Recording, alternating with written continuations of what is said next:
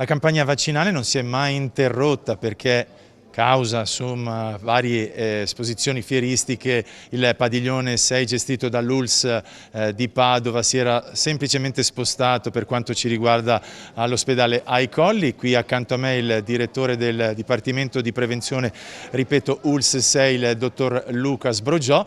Come dicevate dallo studio, torna ad aprire il famoso padiglione fieristico numero 6, quello che abbiamo conosciuto durante appunto le varie fasi pandemiche.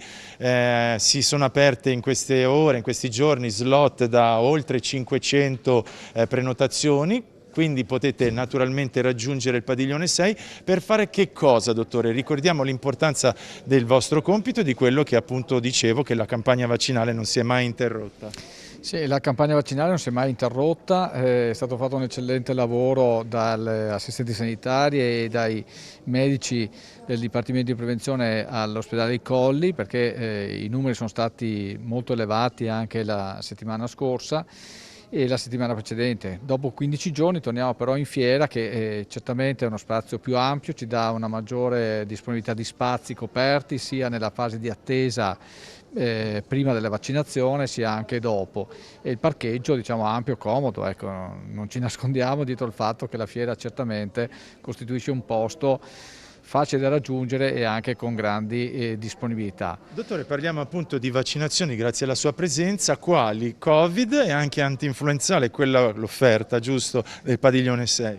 Allora abbiamo ovviamente l'hub ha come primo obiettivo quello di fare la vaccinazione a Covid, no? Per chi? Sono le quarte dosi e le quinte dosi.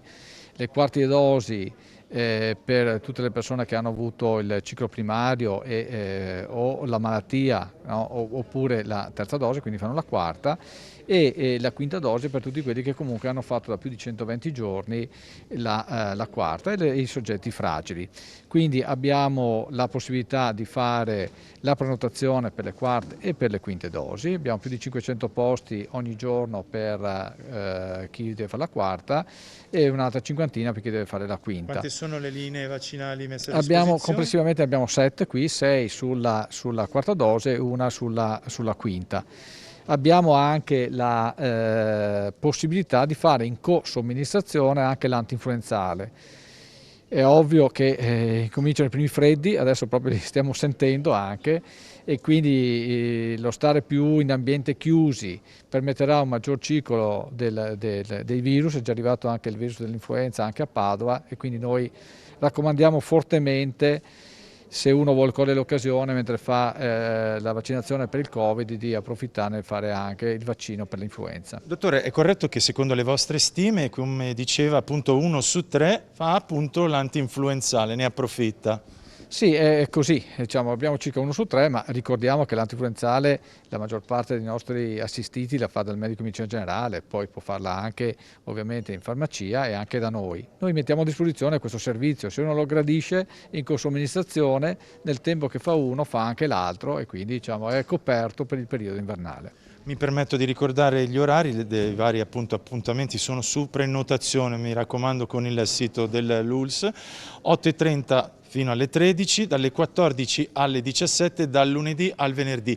Quali sono gli hub, i centri insomma, vaccinali ancora operativi? Quindi abbiamo qui Padova, non solo Este, Monselice. Sì, ricordiamo che ovviamente per permettere la più grande copertura vaccinale sono sempre operativi Este e Monselice nel sud della provincia di Padova, e poi Campo San Piero e Cittadella nella parte nord.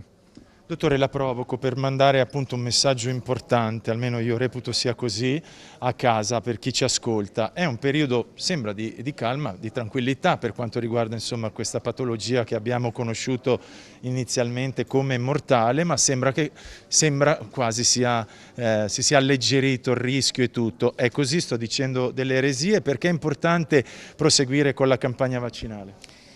Allora, certo, in questo momento, come dire, la pressione sugli ospedali non è quella che abbiamo conosciuto, brutta, faticosa, purtroppo anche con dei decessi, no? Che si è avuto l'inverno scorso e anche l'inverno precedente. Adesso, grazie alle vaccinazioni e anche si sono selezionate delle varianti che sono molto contagiose ma meno aggressive, Ciò nonostante, come dire, non è che la sintomatologia è sempre banale o banalissima. Non lo sappiamo in partenza. Certo che le persone più avanti con l'età e quelle che hanno altre patologie rischiano sempre di più e soprattutto dopo i 120 giorni dall'ultima dose, lo sappiamo, calano anche le difese immunitarie e quindi per tutti, ma in particolare per le persone più avanti con l'età e i fragili, raccomandiamo fortissimamente a 120 giorni dall'ultima iniezione di fare un richiamo.